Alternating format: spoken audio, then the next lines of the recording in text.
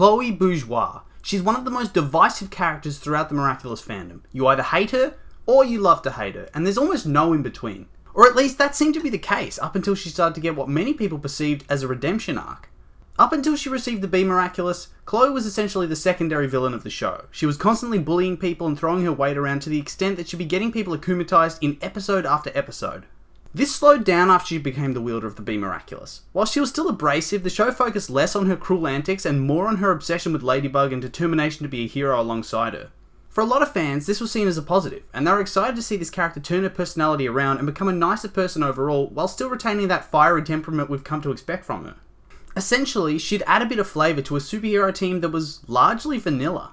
But, as usual, Asterix had different plans. In the final arc of the third season, we saw Ladybug decide that it was too dangerous to allow Chloe to remain as Queen Bee since everybody knew her secret identity. Almost immediately, she throws in with Hawkmoth and becomes Miracle Queen, the final villain for the heroes to face in Season 3. This essentially dropped a bomb on the fandom and split it into two major camps. The first camp were quite angry at this development. They thought it completely destroyed the redemptive arc that Chloe had been building throughout Seasons 2 and 3 and made her a completely two-dimensional villain.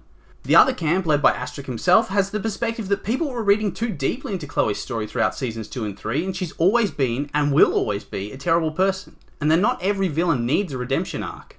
And ever since that day, these two sides have battled relentlessly across Twitter, Reddit, or any other social media platform determined to prove the other side wrong. Now honestly, I can see both sides of this argument. I very much empathise with Asterix's point of view. Too many people are jumping the gun and yelling about how it's ruined her character when 1, this happened at the end of Season 3, so we haven't had time to see where it goes from there. And 2, they assume that her character needs a redemptive arc to make sense. Building off that second point, I don't think she actually does. The point of her story is that to be a true hero you need to have good intentions and a good heart. The majority of the time she doesn't have these qualities. She constantly shows that she wants to be a hero so she can brag and show off her clout. It wasn't because she wanted to help people like the other heroes did. So therefore, when she loses her chance to keep working as a hero, it does make sense for her to revert to how she acted before and join up with the villains. In her eyes, it's how she's going to get back at Ladybug, and it also shows off how much power she has. Not every bad character needs this redemption arc. A lot of bad people are bad their whole lives. It just adds a little bit more realism to the character and to the world. But at the same time, I can see why people think the writing doesn't make sense, because there's so many times where it feels like Chloe is getting a defining character moment, and then it just gets washed away for a dramatic finale. I can see why people think that it's wasteful to put that time into a character and then to just show that she hasn't changed at all. She hasn't learned. And I agree that having her just be a villain going forward is pretty boring. The show's already packed full of villains at this point. We have Hawkmoth as the main villain, Natalie as his sidekick, Lila as a secondary villain, Felix beginning to be teased as a villain, and even Emily waiting in the wings as a potential villain. For her to just be another antagonist and return to her just getting people akumatized again would be a waste in my opinion.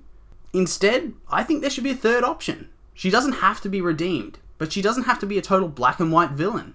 Instead, I think the show should take a leaf out of Spider-Man's book. Now, obviously the show is heavily inspired by Spider-Man. Ladybug and Spidey are both red spandex wearing bug-themed heroes that swing around their home city. Hawkmoth is pretty Green Goblin inspired, the rich business tycoon turned supervillain and Ladybug's arch nemesis, as well as being the father of one of her close friends. But that doesn't end the inspirations from Spider-Man. Spider-Man himself has a dark doppelganger that is everything he's not. Violent, brooding, sometimes a villain. Venom has in recent years become known as one of the most iconic anti-heroes of all time. So who is Ladybug's reflection? Queen Bee. She wears a similar costume in a different colour scheme, she swings around just like her, and she has the opposite personality type. I mean, her superpower is even called Venom. So why not take that next step? Make her a grey character in a world surrounded by black and white characters. And I think the groundwork for this kind of development's already been laid down, as I've mentioned in a previous video. Yes, Chloe often clashes with the hero characters and does bad things, but she's also fought against the villains and foiled their plans on a number of occasions. She doesn't fit into either team, so why can't she have her own? It fits her character. On one day, she can help out Hawkmoth and the villains because she has something to gain from it. On another day, maybe she'll assist Ladybug and the heroes because she has something to gain from it. Her character should be out for herself and be seeing what she can gain from each team up. I think the only problem with making a middle-of-the-road character is that she needs her own way to power up. It's not like Marinette's just going to trust her with the Miraculous again, and it would get old if she willingly gets akumatized too much. So for that to work, she'd have to get her hands on a Miraculous. But that's a problem for another day. So what do you guys think? Should Chloe be a hero? Should she be a villain? Maybe you think she should be a bit of both? Let me know.